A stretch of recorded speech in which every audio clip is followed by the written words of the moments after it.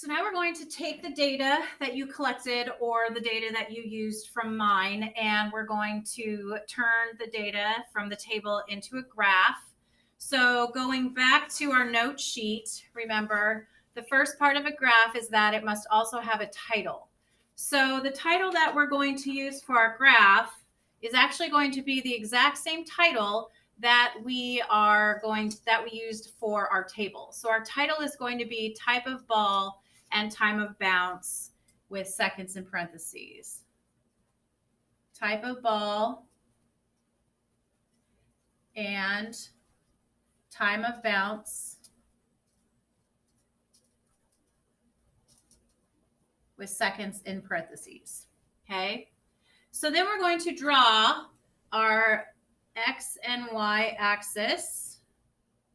So I'm going to go down to there and over. So we have our X and our Y. So going back to our notes, our MV is going to go on the X axis. So remember, the X axis is at the bottom. So here's how you're going to fill out the bottom part. You're going to list out, because our MV is type of ball, you're going to list out the 3 different types of balls that we used along the bottom. So I'm going to have a label for racket, a label for tennis, and a label for wiffle. And then underneath that, I'm going to create a general label that says type of ball. And then on the y-axis, remember that the label that goes on the y-axis is the responding variable, and our responding variable is time of bounce in seconds. So I'm going to tilt this sideways so I can make this look better. So I'm going to put time of bounce with the unit on the side.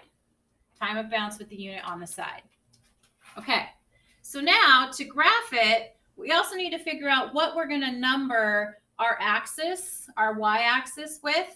So if I look at my averages, my highest average is 9.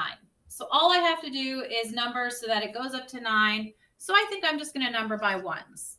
When you number on the line, not in between the box. So I'm going to put 0 at the bottom. And then I'm going to go 1, 2, 3, 4, 5, 6, 7, 8, 9. And I'm going to number up to 10 just so that it goes a little bit above my 9. You might have different data. If you're not using my data, you're going to number by ones up to what the highest average was in your table. Okay, so that's what you're going to do. And then now I'm going to graph it. I'm just going to graph my averages. So my first average is 9. You're going to graph whatever your first average was for the racquetball. And I'm going to make a bar that goes up to 9. I'm going to make my bar 3 squares wide. If your number is a decimal, you can just kind of estimate how high up you need that bar to go.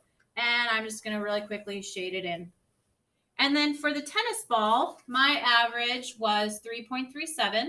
So you're going to take your average of whatever you got your tennis ball to be and graph it. So since it's a little bit above 3, I'm just going to estimate, and I'm going to fill that in.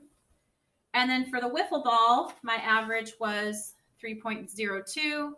So I'm going to graph that, and I'm going to try to make it smaller than the tennis ball because it took a little bit less time. And then I'm going to fill that in. The other thing you can do for your averages is you can write the value of the average at the top of the bar. So I could put 9.0 for the racquetball, 3.37 for the tennis ball, and 3.02 for the wiffle ball. So now you have your graph done. I can't fit it all in this field of view. So now what you're going to do is you're going to use your phone to take a picture of this, and then you're going to save it to your drive, and then you're going to copy and paste it into this space so that you have your graph in this space. If you don't know how to do that, I'm going to create an optional video for you to watch that you can watch after this one if you're confused about how to do that. And then notice at the bottom, once you have finished with Controlled Experiment Notes Part 3, you're going to copy and paste the whole entire assignment into your digital science journal after the Controlled Experiment Notes Part 2.